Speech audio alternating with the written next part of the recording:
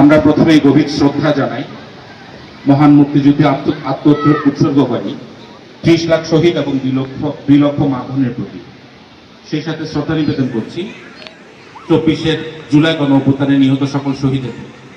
সম্মানিত সুধীমণ্ডলী, উপজেলা পরিষদ প্রাঙ্গণ সুবর্ণচরে উপজেলা প্রশাসন কর্তৃক আয়োজিত আজকের এই বর্ণিল আয়োজনে উপস্থিত 71-এর রণাঙ্গনের বীর মুক্তিযোদ্ধাবৃন্দ, রাজনৈতিক নেতৃবৃন্দ, শ্রদ্ধেয় শিক্ষক মণ্ডলী, প্রিন্ট ও ইলেকট্রনিক মিডিয়া সাংবাদিকবৃন্দ, সুবর্ণচর উপজেলায় কর্মরত আমার সকল সহকর্মীবৃন্দ, কোমলমতি ছাত্রছাত্রীবৃন্দ এবং উপস্থিত ভদ্র মহিলা ও ভদ্র মহোদয়গণ, আসসালামু আলাইকুম।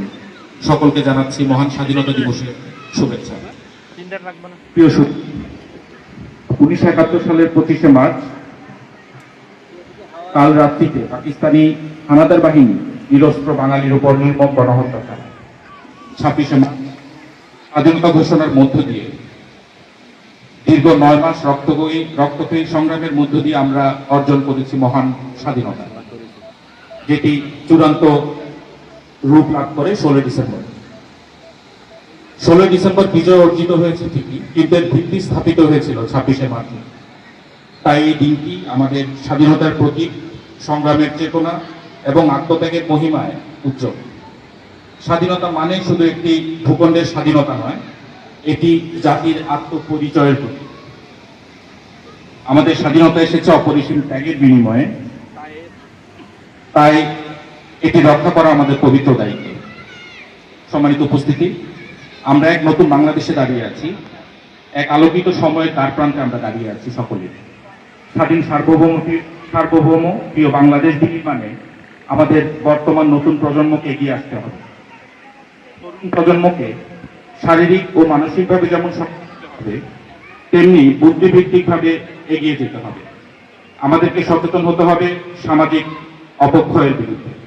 বাল্যবিবাহ, মাদক ও সন্ত্রাসকে না বলতে হবে। আমাদের স্বপ্ন একটি দুর্নীতিমুক্ত, প্রযুক্তি নির্ভর, উন্নত বাংলাদেশ বিনির্মাণের, যেখানে সকল নাগরিকের সমান অধিকার থাকবে, শিক্ষার মান হবে উন্নত, অর্থনীতি হবে স্বনির্ভর এবং সর্বোপরি গণতন্ত্র, মানবাধিকার ও ন্যায় বিচার থাকবে সুসংহত। সত্যিকারের মানুষ হয়ে দেশকে গড়তে হবে, তবেই স্বাধীনতা অর্জন সার্থকতা লাভ করবে। সম্মানিত শিক্ষক মণ্ডলী, সৃষ্টিশীল মেধার প্রকাশ এবং জ্ঞান অর্জনের মধ্যে আনন্দ জাগ্রত করা শিক্ষকের প্রধানতম দায়িত্ব। বর্তমান প্রেক্ষাপটে তরুণ সমাজকে সামাজিক ও মানবিকভাবে গড়ে তোলার মূল দায়িত্ব আপনাদের হাতে। আসন্ন পাবলিক পরীক্ষা সমূহ সুষ্ঠু ও নকলমুক্ত পরিবেশে সম্পন্ন করার জন্য শিক্ষক ও অভিভাবক সহ সকলের সম্মিলিত উদ্যোগ গ্রহণ করতে হবে।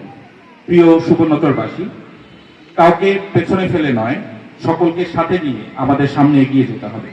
স্বাধীনতা ঘোষণার এই মাহেন্দ্রক্ষণে আসুন আমরা সবাই মিলে একটি আলোকিত, শান্তিপূর্ণ ও উন্নত সুবর্ণচর উপজেলা গড়ে তোলার দৃঢ় প্রতিজ্ঞা গ্রহণ করি।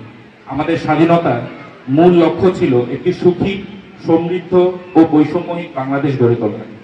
মহান মুক্তিযুদ্ধের চেতনা, আদর্শ ও মূল্যবোধকে ধারণ করেই আমাদের প্রত্যেকে নিজ নিজ অবস্থান থেকে যথাযথ দায়িত্ব পালন করতে হবে।